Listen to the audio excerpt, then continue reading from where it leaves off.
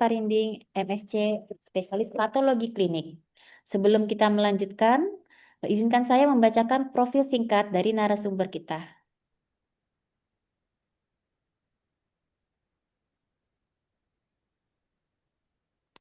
Dr. Joni Tampe Parending, SP, spesialis patologi klinik MSc, merupakan dokter spesialis patologi klinik. Saat ini beliau bertugas di Rumah Sakit Universitas Tanjung Pura Pontianak. Riwayat pendidikan beliau antara lain pendidikan dokter umum yang ditempuh di Fakultas Kedokteran Universitas Hasanuddin yang diselesaikan pada tahun 1993, dilanjutkan spesialis patologi klinik di Universitas Gadjah Mada tahun 2008. Beliau juga aktif mengajar di Fakultas Kedokteran Universitas Tanjung Pura Pontianak. Dengan latar belakang dan pengalaman beliau, tentu materi ini dapat memberikan pemahaman yang dapat kita aplikasikan pada praktek sehari-hari kita. Izin Dr. Joni, apakah sudah bergabung, Dok? Ya, udah. Suara saya kedengaran? Izin, Dok, kedengaran, Dok? Baik, Oke. baik. Izin kami share screen ya, Dok, untuk materinya. Oke. Ya.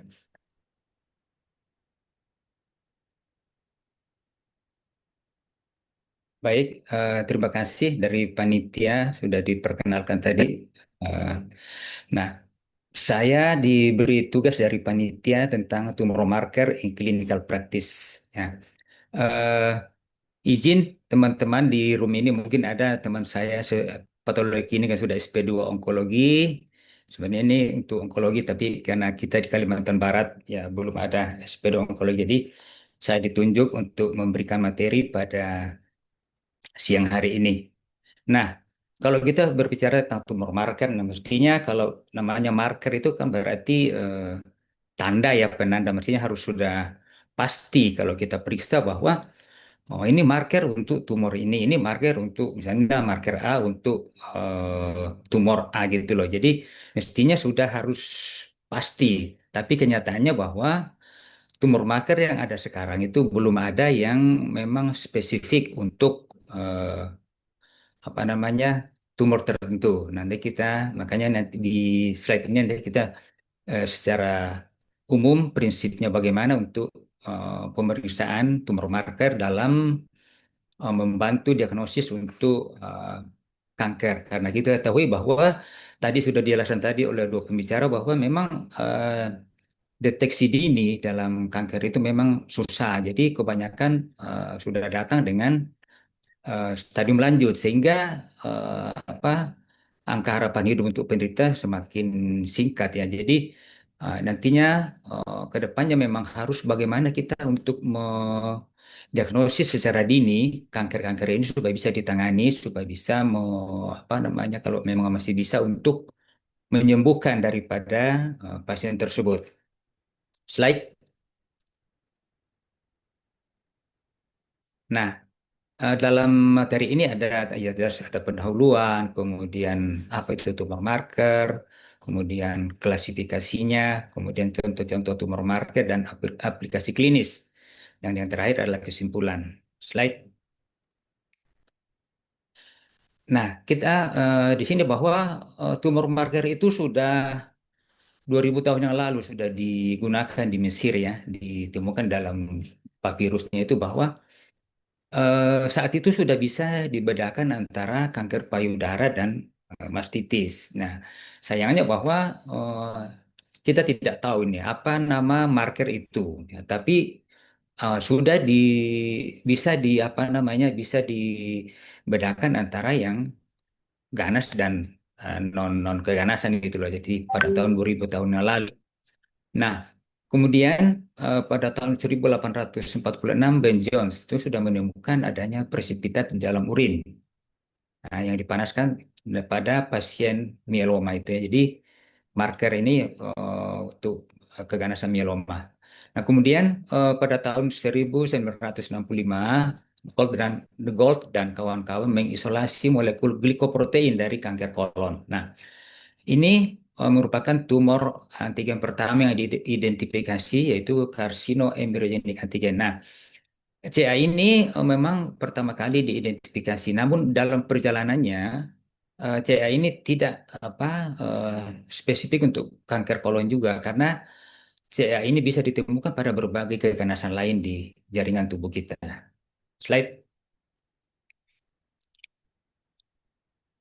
Nah, ini adalah contoh-contoh penemuan-penemuan daripada macam-macam tumor marker ya. Tadi pada yang pertama tadi itu Ben Jones, kemudian yang terakhir itu 2029 itu dengan adanya mikroRNA, yaitu untuk di. Oke, lanjutnya slide. Nah, kemudian kita mau apa itu tumor marker? Ya, slide. Nah, tumor marker itu merupakan penanda biokimia untuk menentukan keberadaan tumor yang dapat dideteksi dalam cairan tubuh. Nah, tumor marker itu diproduksi oleh sel tumor atau sel tubuh lain yang sebagai respon terhadap tumor. Jadi bisa diambil dari sel tumornya atau jaringan lain sebagai respon terhadap sel tumor. Nah, kemudian tumor marker dilepaskan ke dalam sirkulasi sehingga bisa dideteksi dalam darah, bisa di urin, bisa dalam cairan tubuh lainnya. Nah, tumor marker itu bukan metode utama untuk diagnosis, tetapi digunakan untuk mendukung diagnosis. Jadi, tumor marker ini kita tidak bisa gunakan sebagai modalitas utama atau pertama dalam diagnosis. Jadi hanya sebagai penunjang untuk mendukung diagnosis karena eh, tumor marker ini mempunyai sensitivitas dan spesifisitas yang rendah. Ya, jadi kita tidak bisa menggunakan hanya tumor marker ini untuk eh, kanker ini. Jadi tidak bisa digunakan secara sendiri. Slide. Nah, ini klasifikasi ada dibagi berapa generasi. Generasi pertama itu sebelum tahun 1960 itu ditemukannya penemunya Leben Jones itu protein di urin pada pasien multiple myeloma itu. Nah, kemudian generasi kedua itu tahun 1960-an itu ditemukannya alpha fetoprotein dan CEA. Kemudian generasi ketiga 1970 sampai 1980 ditemukannya CA 19 9. Kemudian generasi 4 tahun 1900-an itu ditemukannya uh, Human Epidermal Growth Factor Receptor tipe 2 atau HER2 dan protein P53. Slide.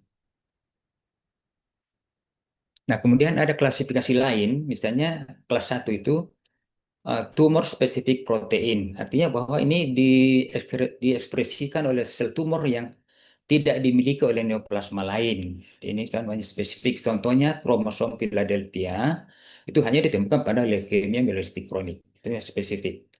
Kemudian yang non spesifik misalnya diekspresikan oleh tumor lain. Ya, jadi bukan hanya oleh tumor A tapi tumor B juga bisa. Nah, misalnya onkofetal dan embryogenik. Alfa fetoprotein untuk kanker hepatoseluler, tapi juga diekspresikan juga oleh di kanker testis dan ovarium. Kemudian CEA hampir diekspresikan oleh semua tumor gastrointestinal. Nah, kemudian yang kelas 3 itu diferensial spesifik protein, diekspresikan oleh sel yang terdiferensiasi dalam jumlah yang banyak. Misalnya, ya, berfungsi sebagai penanda tumor, misalnya protein tirosinase yang diekspresikan oleh melanosit pada melanoma. Jadi ini memang spesifik juga. Slide. Nah, ini adalah klasifikasi lain berdasarkan apa namanya komponennya ya ada komponen dari eh, oncofetal antigen, kemudian ada enzim ya, kemudian ada yang antigen. Ini contoh-contoh daripada eh, tumor marker sekalian dengan fungsinya ya, dan kemudian ditemukan pada keganasan dan non keganasan. Oke, slide.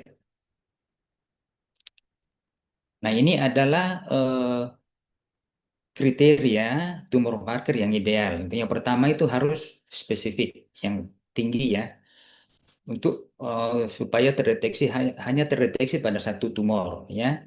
Kemudian yang kedua, spesifisitas yang tinggi, sensitivitas yang tinggi untuk mendeteksi tidak terdeteksi pada kondisi Ya, fisiologis artinya bahwa hanya dideteksi pada yang sakit. Nah, kenyataannya sekarang bahwa eh, marker-marker itu ada juga ditemukan pada kondisi yang sehat, ya. Kondisi-kondisi lain misalnya pada eh, inflamasi bisa ditemukan juga marker itu, peningkatan daripada marker-marker tersebut. Yang ketiga itu harus mempunyai prediktif positif predictive value dan negatif predictive value yang tinggi, ya. Kemudian 100% akurat untuk bisa membedakan individu sehat dan yang pasien kanker.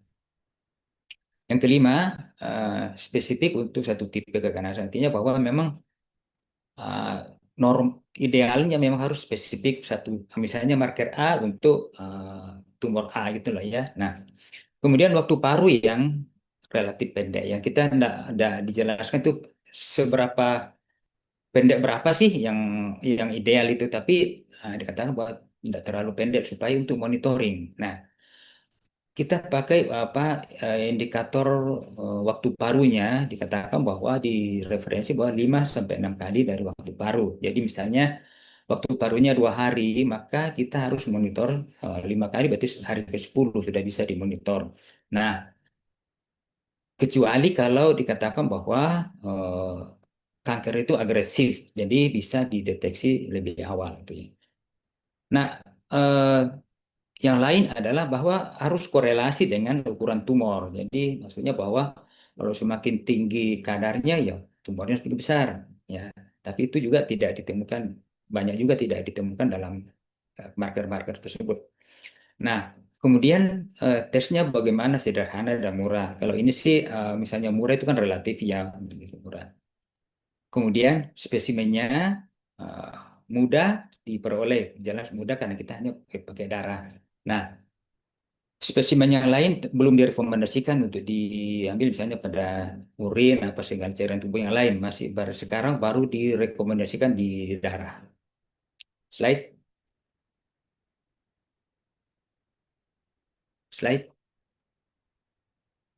Nah, fungsi-fungsi apa saja untuk tumor marker, yaitu untuk screening, diagnosis, kemudian untuk monitor efek terapi, untuk mendeteksi kekambuhan, untuk diferensial diagnosis, dan untuk indikator prognosis. Nah, kalau ini yang kalau memang tumor marker itu memang yang lebih lebih apa dominan di mana untuk monitor terapi, ya. Untuk screening dan diagnosis sebenarnya masih terbatas digunakan karena tadi itu sensitivitasnya yang masih rendah itu, ya. Slide, lanjut. Nah, ini contoh-contoh untuk misalnya untuk screening itu misalnya pada PSA itu, ya, untuk screening. Kemudian untuk monitor itu yang untuk monitor rekurensi misalnya CEA pada kolorektal, alfa fetoprotein, LDH, dan beta beta HCG untuk germ cell tumor. Jadi ini ada beberapa kegunaan daripada tumor marker yang dipakai untuk bisa untuk screening, eh, monitor terapi, dan untuk melihat relapse-nya. Slide, lanjut. Nah, ini juga untuk marker-marker untuk monitoring, ya, marker untuk post marker untuk surveillance dan monitoring, ya. Ini jadi kolorektal kita pakai marker CEA, hepatoseluler, alfa fetoprotein. Kemudian untuk yang kanker paru kita pakai Cifra 211 dan SCC. Nah, ini tumor paru itu ada dua, dan non small cell dan small cell. Nah, non small cell itu Cifra 211 dan SCC. Kemudian yang small cell ada NSA dan Pro GRP. Oke, lanjut. Nah, ini beberapa tumor marker di jaringan, ya. Kita lihat bahwa contoh misalnya CA999 itu bisa untuk memang untuk pankreas, kemudian kandungan empedu, kemudian untuk kolon juga bisa, esofagus, kemudian nah, kanker-kanker apa hepat dia bisa. Jadi hampir tumor marker ini banyak bisa dideteksi pada kanker-kanker yang lain.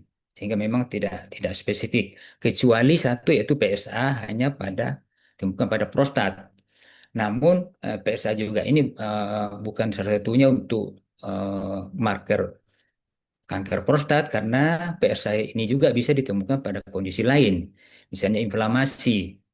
Kemudian pada saat ejakulasi juga bisa terjadi peningkatan daripada PSA, sehingga eh, dalam pemilihan pemakaian marker-marker ini kita memang harus bijaksana bagaimana kita menggunakan yang baik untuk supaya kita bisa menegakkan diagnosis tentang untuk tumor. Slide. Saya kira ini sama ini ya, gambarnya sama ya, beberapa marker di jaringan tubuh yang tubuh kita. Kita lanjut aja, lanjut. Slide. Nah, ini adalah tumor marker yang spesifik organ dan non spesifik. Kita lihat bahwa misalnya CA ini hampir semua ditemukan di organ-organ ya, CA, kemudian TPA, hampir semua ditemukan di organ-organ di tubuh kita. Nah, kecuali NSA itu memang hanya di paru ya, berarti spesifik organ NSA itu untuk tumor paru dan PSA hanya ditemukan pada prostat, tapi yang lain itu eh, hampir ditemukan pada semua organ sehingga eh, tumor marker-marker ini kita harus selektif dalam menggunakannya. Slide. Nah, kita mau lihat contoh-contoh tumor marker yang sering diaplikasikan di klinik ya. Slide. Nah, ini adalah beberapa tumor marker itu ya. Misalnya AFP itu nilainya itu berapa, kemudian tumor primernya itu di hepar, kemudian di testis ya, non seminomatous germ cell tumor. Kemudian pada kondisi-kondisi non maligna, sirosis, hepatitis virus dan kehamilan bisa ditemukan AFP. Nah, kemudian rekomendasinya apa? Jadi itu dikatakan tidak direkomendasikan untuk screening ya, hanya untuk diagnostik dan follow up. Untuk follow up dan monitoring terapi yang untuk AFP. Jadi ini adalah suatu beberapa tumor marker yang sering di klinik yang digunakan ya. Jadi ada beberapa misalnya AFP, CA15-3, CA19-9 untuk pankreas, kemudian CA, PSA, itu ya. Ini beberapa tumor marker yang sering digunakan di klinik. Jadi kan ada semua rekomendasinya kita gunakan untuk apa? Ada untuk screening, ada untuk diagnostik ya. Lanjut.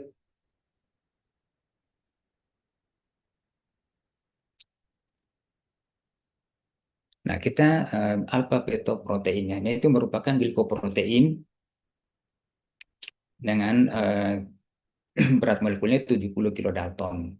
Dia meningkat pada kehamilan dan kasus penyakit-penyakit hati. Nah, ini marker untuk hepatocellular karsinoma dan germ cell karsinoma itu ya tadi ya. Nah, half life-nya itu 5 hari. Kemudian sensitivitasnya itu 80% untuk hepatokarsinoma, 80% untuk emiral tumor dan Yorkshire, dan 80% untuk Yorkshire tumor. Nah, aplikasi klinisnya kita kombinasikan dengan HCG untuk monitoring pasien dengan non-seminomatous germ cell tumor itu pada pasien tumor testis ya. Kemudian sebagai marker prognostik untuk NSGT non-seminomatous germ cell tumor. Nah, kemudian sebagai alat bantu diagnostik hepatoseluler karsinoma dan hepatoblastoma.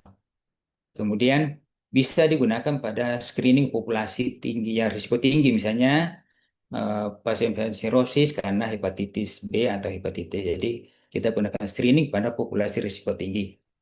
Nah, AFP bukan marker metastasis. Jadi yang memiliki marker metastasis nanti adalah CEA. Itu ya. Lanjut. Kemudian CA15-3 itu merupakan glikoprotein transmembran itu Nah, dia markernya kan meningkat pada kehamilan, penyakit kronik, misalnya pada eh, penyakit kronik liver, pankreas, dan pada kanker payudara yang metastasis.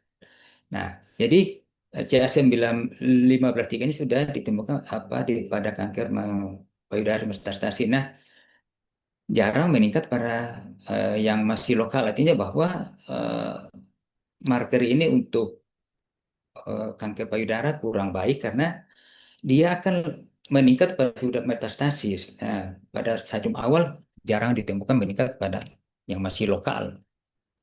Sehingga dia gunakan untuk monitoring kanker payudara. Kemudian CA15-3 dan CA dipilih untuk marker payudara. Kemudian lihat, nah, cut off-nya berapa? Kurang dari 35 international unit. Nah, kemudian eh, kombinasi AFP, CA dan CA15-3 akan meningkatkan sensi dan spesifisitas. Dengan akurasinya, dia akan eh, sensitivitasnya menjadi 83,6, kemudian spesifisitasnya 74,29 dan akurasinya menjadi 82,9 kan dikombinasi antara tiga marker ini. Artinya kalau dia berdiri sendiri dia akan memang sensi dan spesifisitasnya rendah, tapi dengan dikombinasi dia akan meningkatkan sensitivitas. Nah, untuk aplikasi klinisnya kita untuk mendeteksi relapse ya kekambuhan dan monitoring pengobatan. Nah, untuk marker-marker itu dikatakan bahwa kalau sudah mengalami eh, kekambuhan apabila terjadi peningkatan lagi sekitar 25% dari yang pertama. Jadi misalnya kan sudah diterapi, kemudian sudah turun ke normal, nah kemudian tiba-tiba kembali naik lagi sekitar 25% dari yang awal, maka itu dikatakan mengalami relapse atau kekambuhan. Slide. Kemudian kita lihat CA125 ya. Eh, Dia akan meningkat pada kanker ovarium dan kolorektal, yang pada kehamilan, hepatitis, pankreatitis, gagal ginjal, nah, itu banyak.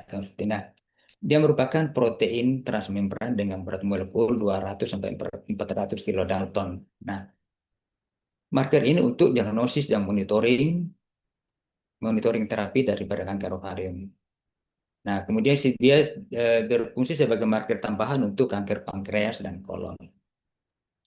Nah, untuk aplikasi klinisnya bahwa dikombinasi dengan USG pada pasien pasca menopause untuk bisa bedakan masa di panggul apa jinak atau ganas ya. Kemudian ya jelas untuk monitoring pengobatan dengan kemoterapi. Jadi memang marker ini memang kebanyakan untuk monitoring ya, untuk monitoring terapi. Slide. Nah, kemudian CA19 ini diproduksi oleh sel epitel traksus gastrointestinal dan bronkus dan meningkat pada sebagian besar kanker pankreas, kanker gaster, dan kolorektal. Nah, meningkat juga pada keadaan non maligna, misalnya pankreatitis akut atau dan kronis, sirosis, ektrus hepatoseluler. Nah, pada pasien dengan antigen Lewis negatif tidak mengekspresikan CA19-9, artinya bahwa bisa istilahnya itu negatif palsu. Jadi tidak diekspresikan oleh pasien dengan yang antigen Lewisnya negatif. Nah, untuk aplikasi klinisnya, eh, untuk alat bantu kanker pankreas, sensitivitas dan spesifitasnya masih kurang, sehingga penggunaan untuk diagnosis kanker masih terbatas. Jadi, keterbatasan daripada sensitivitasnya, sehingga masih untuk diagnosis ini untuk pankreas terbatas. Kemudian, monitoring pengobatan kanker pankreas, kegunaan lain untuk kanker lambung, kolangiokarsinoma, dan kanker kolorektal. Jadi kembali bahwa memang marker-marker ini kurang untuk diagnosisnya. Sensitivitasnya itu untuk pankreatik kanker pankreas 70 sampai 90, kemudian kolorektalnya 18 sampai 58%, kolangioseluler karsinoma 20 sampai 9% dan untuk dokter kantong empedu 55-79%. Slide. Kemudian ada CA724. Itu untuk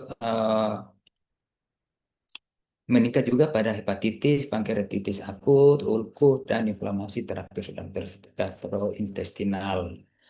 Nah, pada kanker kolon, terus dan paru. Marker untuk monitoring kanker gaster, kanker pankreas, kanker esofagus, dan kanker ovarium. Jadi ini untuk monitoring kanker gaster, kanker pankreas, dan kanker esofagus. Slide. Nah, ini CA ini ya. Jadi sudah sampai tadi bahwa CA pertama kali ditemukan oleh Gold dan Bradman pada tahun 1965. Nah, eh, pertama kali diidentifikasi pada kanker kolorektal, namun ya tidak spesifiknya. Nah, meningkat pada kasus-kasus sirosis hati, emfisema, kista payudara, jadi banyak-banyak non keganasan ya. Kemudian yang keganasan adalah kanker kolorektal, kanker paru, kanker pankreas, kanker gaster. Nah, ini marker untuk kolorektal, kanker payudara itu banyak digunakan marker ini untuk kanker payudara, pankreas, gaster, dan kanker kandung empedu. Nah, untuk aplikasi klinisnya, katakan bahwa meningkat pada semua adenokarsinoma stadium lanjut, sudah metastasis, dan hampir tidak pernah meningkat pada stadium awal. Jadi ini memang masalahnya bahwa kalau kita mau tegakkan diagnosis secara dini menggunakan marker kan pasti akan banyak palsunya karena tidak akan meningkat pada stadium awal. Jadi pasti memang terlambat kita untuk mendapatkan kalau kita mau andalkan untuk pemeriksaan eh, kanker untuk dengan menggunakan marker ini ya. Nah, sebagai pengawasan setelah reseksi kuratif pada kanker kolorektal dan untuk monitoring terapi jelas untuk monitoring ya. Oke, lanjut.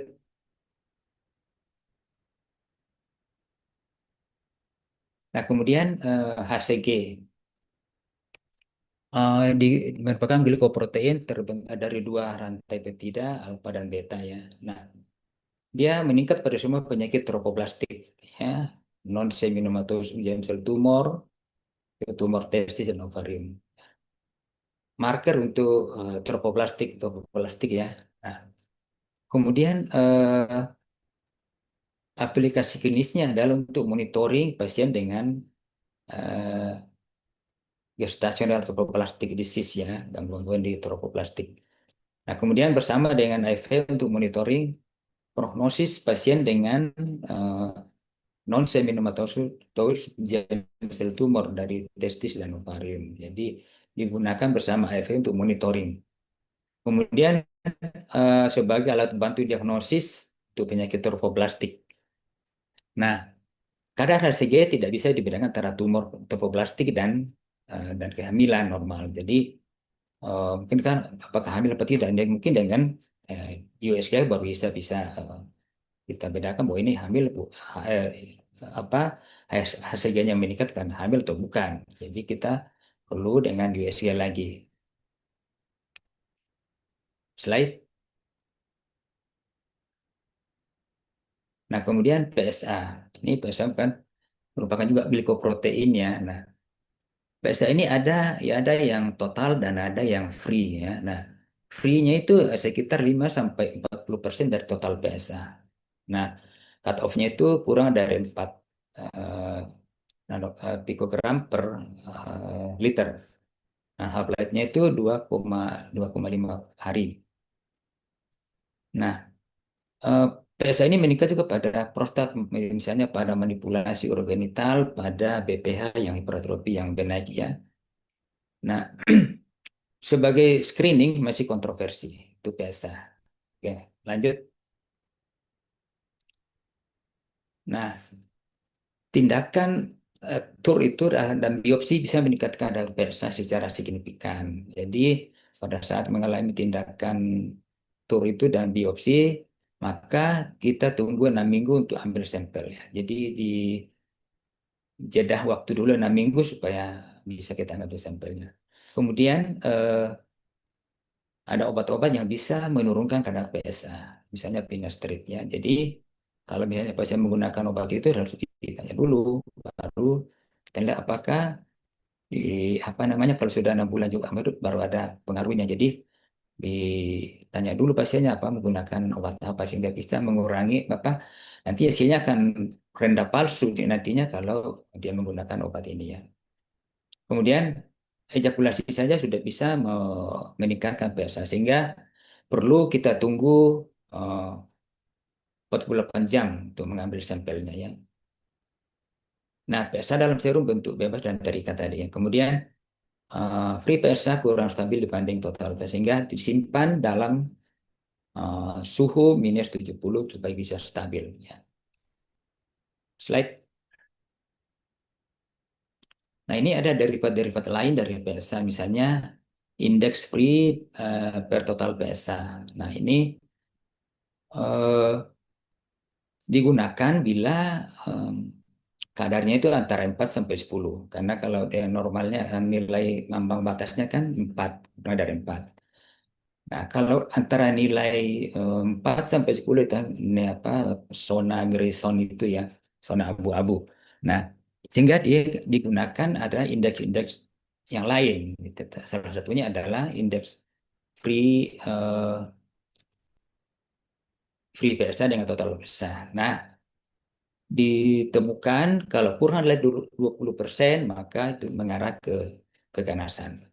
Kemudian ada PSAV, PSA velocity. Nah, di sini dilihat adalah berapa kenaikan dalam setahun. Ya, kalau dia mengalami kenaikan sebesar 0,75 nanogram per mililiter per tahun, maka diindikasikan bahwa mengarah ke keganasan.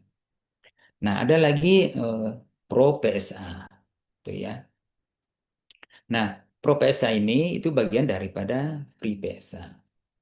Nah, kalau ditemukan 1,06%, dia sudah sensitivitasnya sudah 90%. Ini persen untuk terjadinya keganasan pada prostat. Nah, kemudian ada formulasi yang lain itu dengan prostat health index. Nah, ini pro PSA dibagi dengan free PSA dikali dengan akar pangkat dari total PSA. Jadi eh, nantinya kalau semakin besar maka dia akan pasti mengarah ke keganasan. Jadi pada pada angka 21,1% sudah sensitivitasnya sudah 90% untuk keganasan. Jadi semakin besar maka akan semakin cenderung ke keganasan. Slide. Nah, PSA ini kombinasi dengan daerah ya, digital rectum examination untuk membantu kanker prostat, untuk menentukan prognosis, monitoring terapi, kemudian untuk surveillance. Nah, pre-PSA meningkatkan sensitivitas total PSA ketika ditemukan kadar PSA itu antara 4 dan 10. Slide.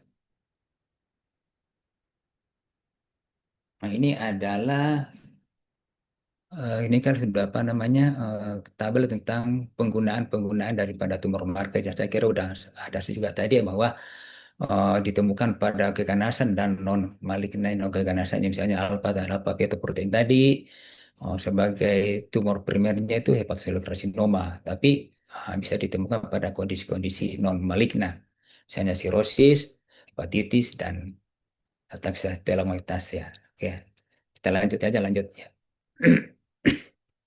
Slide. Nah, kemudian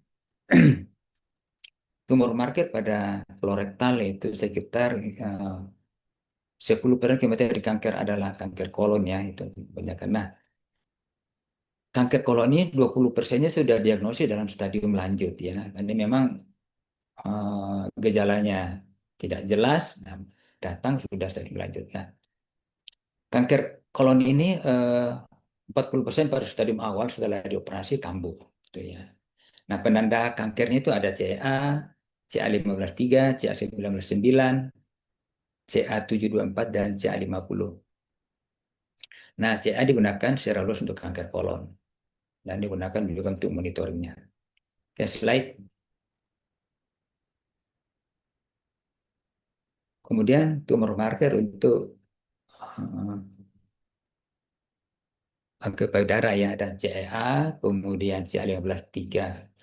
Nah, ada marker untuk eh, tentu apa namanya HER2 ini kan proto-onkogennya. Jadi dia digunakan untuk target terapi. Jadi kombinasi antara obat kemoterapi dengan obat dengan target HER2 ini sehingga bisa meningkatkan harapan hidup kanker payudara. Jadi salah satu target terapi adalah marker HER2 ini. Slide.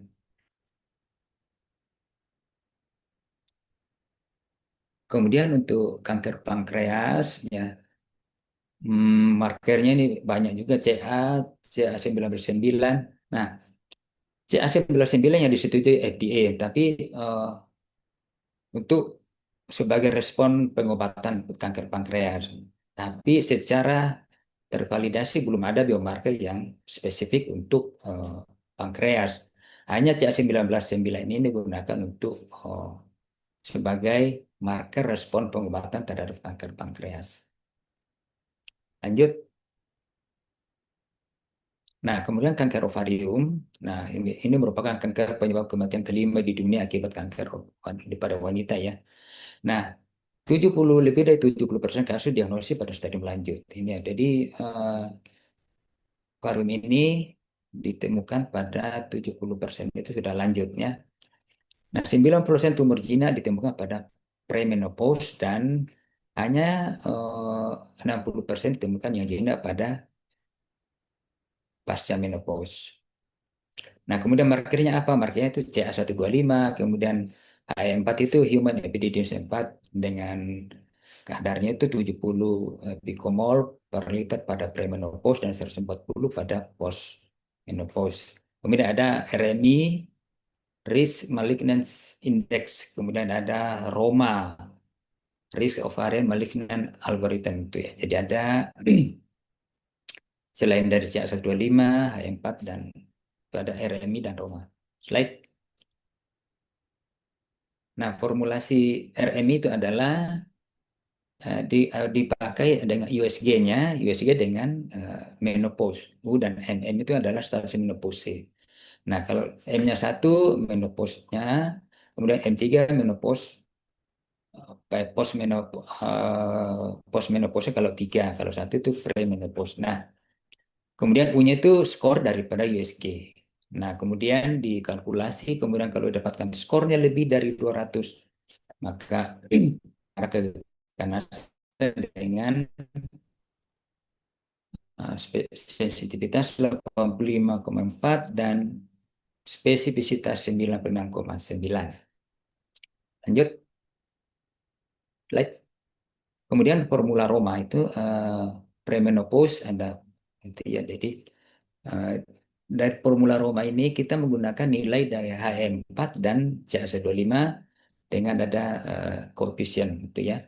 Nah, setelah dikalkulasi maka ditemukanlah skor misalnya pada skor premenopause ya, menopause kurang dari 1,4 itu risiko rendah.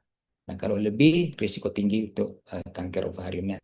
Kalau postmenopause maka nilainya 2,99 risiko rendah dan lebih atau sama dengan 2,99 risiko tinggi.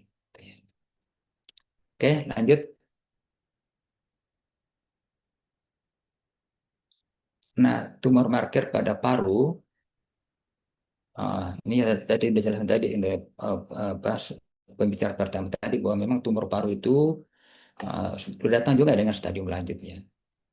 Nah, penanda tumornya itu adalah CA, SCCA, kemudian ada NSE, non spesifik enolase, ada CIFRA21, kemudian ada progastrin releasing peptida, ProGRP. Nah, CA sensitif untuk adenokarsinoma. Nah, kemudian NSE dan CIFRA21 sensitif untuk squamous cell carcinoma. Jadi paru itu ada beberapa marker yaitu CIFRA21, NSE dan ProJRP. Slide,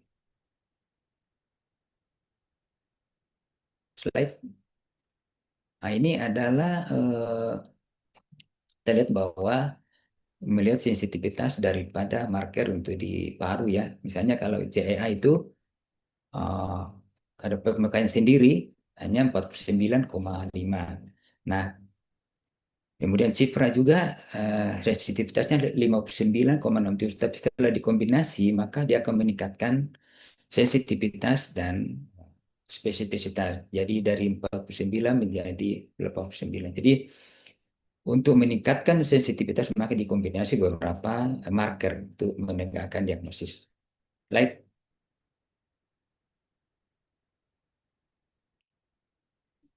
ini adalah eh, panel-panel untuk tumor marker. Jadi karena kalau kita tadi saya sampaikan bahwa kalau digabung itu akan meningkatkan sensitivitas. Ya, jadi misalnya untuk kanker ovarium, AFP, CA125 dan ACG. Ya, kemudian untuk kanker payudara ada CA125, CA27 dan CA. Jadi berapa marker digabung untuk meningkatkan sensitivitas dan spesifisitas. Slide. Nah, ini beberapa kombinasi tumor tadi. Ini ada untuk diagnosis pada kanker gaster ini ya. Jadi kalau masih sendiri itu kan apa kalau dalam tunggal itu sedikit aja sensitivitas, tapi dengan digabungkan beberapa marker akan meningkatkan sensitivitas dan spesifisitas. Tapi masalahnya adalah kita pastikan lebih mahal lagi ya untuk pasien kita. Jadi kita tinggal nanti bagaimana kita secara bijaksana untuk memilih marker-marker ini. Slide.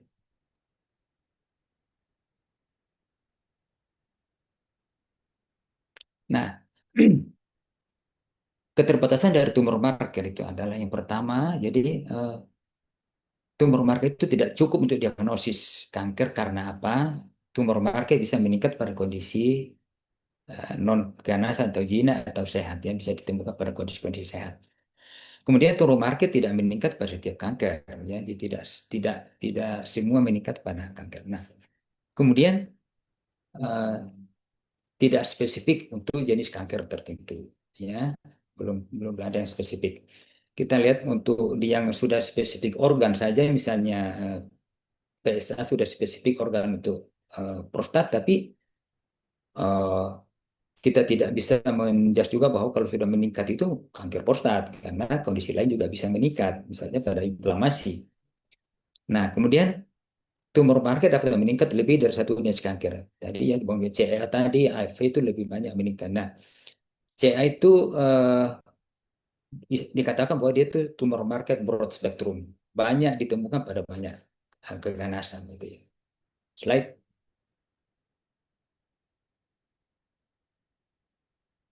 Nah, bagaimana rekomendasi pemeriksaan untuk tumor? Jadi perlu diingat bahwa satu nilai atau tes tidak dapat diandalkan. Artinya begini, kalau kita periksa satu kali, misalnya baru periksa marker A, periksa satu kali, kita tidak bisa langsung pakai sebagai interpretasi, tapi kita lakukan serial, ya. Kita tidak bisa karena ada marker tertentu yang mengalami peningkatannya sementara, misalnya pada kasus inflamasi. Nah, kalau sudah inflamasi di terapi pasti akan berkurang. Makanya kita perlu pemeriksaan serial gitu ya. Kita tidak bisa satu kali satu pemeriksaan, oh ini udah kanker ini, kanker itu ya. Nah, peningkatan tumor marker pada non maligna seringkali bersifat sementara. Tadi bersifat sementara. Jadi sedangkan pada keadaan maligna tetap atau terus. Jadi kalau kita pemeriksaan pertama dan mungkin pemeriksaan kedua dengan selang waktu sesuai dengan waktu parunya, maka kita bisa lihat bahwa oh ini hanya sementara. Jadi pasti yang sementara pasti akan berkurang. Nah, kalau yang memang sudah malignya keganasan pasti akan meningkat. Jadi pemeriksaan serial itu, nah, diingat juga bahwa kalau pemeriksaan serial itu harus kita lihat metode yang sama dan lab yang sama. Jadi kita tidak bisa mau mengcompare dua pemeriksaan, metodenya tidak sama dan labnya tidak sama. Jadi nanti dibilang, oh ini lab apa tidak baik gitu loh. Jadi kita harus pastikan sampel, kalau kita mau serial, sampel yang sama, metode yang sama, dan lab yang sama itu ya. Nah, perlu pengetahuan tentang metode pemeriksaan. Jadi perlu ya betul kita harus ingat metodenya apa, karena metode yang lain berbeda dengan metode yang satu. Slide, slide. Nah, untuk evaluasi, maka yang perlu diperhatikan adalah bagaimana performance daripada tes kita itu kita lihat daripada sensitivitasnya bagaimana, spesifisitas, kemudian predictive value positifnya dan predictive value negatifnya. Itu yang perlu dibutuhkan untuk melihat validitas hasil tersebut. Slide.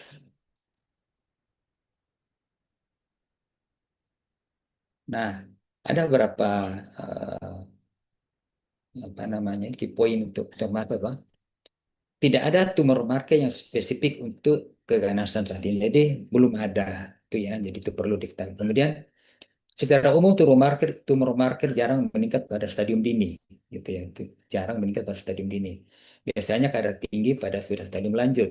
Nah, tidak ada tumor marker yang spesifik organ. Yang spesifik organ, misalnya PSA sudah spesifik organ, tapi tidak apa namanya mengindikasikan secara jelas bahwa kalau sudah PSA meningkat, ya kanker prostat belum tentu.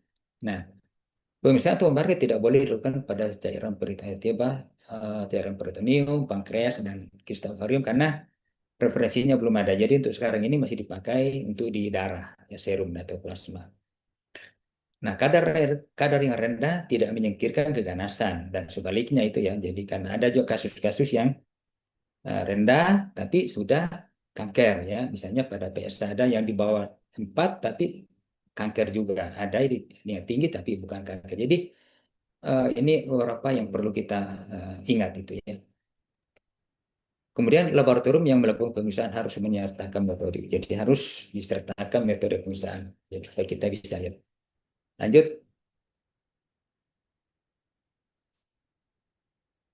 Nah, ini ada pitfall untuk ini ya. Jadi eh, misalnya CEA itu meningkat secara natural pada populasi perokok. Jadi ya, pengaruh juga ini. Jadi kalau CEA itu perokok meningkat. Kemudian pasien sirosis hati, diabetes, dan usia lanjut. Jadi pengaruh usia juga. Ya. Kemudian HIV meningkat pada kasus hepatitis kronik, sirosis hati, dan kehamilan. Ini kasus-kasus yang non keganasan. Nah, kemudian ada TPA, itu positif palsu pada dan kadarnya meningkat pada infeksi dan kehamilan. Kemudian SLX, kadarnya meningkat pada kasus kanker paru dan pada individu dengan Lewis antigen negatif. Ya, jadi tadi kebalikan dengan CA19 tadi. Nah, CA19 pada kanker gastrointestinal, pankreas tetapi negatif pada Lewis negatif ya, tidak meningkat. Nah, SCC meningkat pada kasus penyakit kulit. Kemudian CA125 meningkat pada kasus endometriosis, menstruasi, peritonitis, kehamilan, dan sirosis hati. Slide.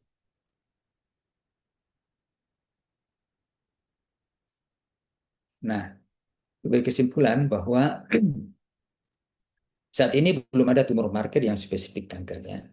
Performance tumor marker yang diperlukan sensitivitas, spesifisitas, nilai prediksi positif, dan nilai prediksi negatif. Untuk kegunaan diagnosis harus dikombinasi dengan pemeriksaan lain. Jadi kita tidak bisa gunakan modalitas tunggal, harus dikombinasi dengan yang lain. Untuk monitoring, pemeriksaan serial sesuaikan dengan half life-nya. Jadi untuk monitor kita perlu perhatikan waktu parunya. Nah, tumor marker bisa digunakan untuk screening, diagnosis, prognosis, dan monitoring. Tapi lebih banyak digunakan untuk monitoring. Light.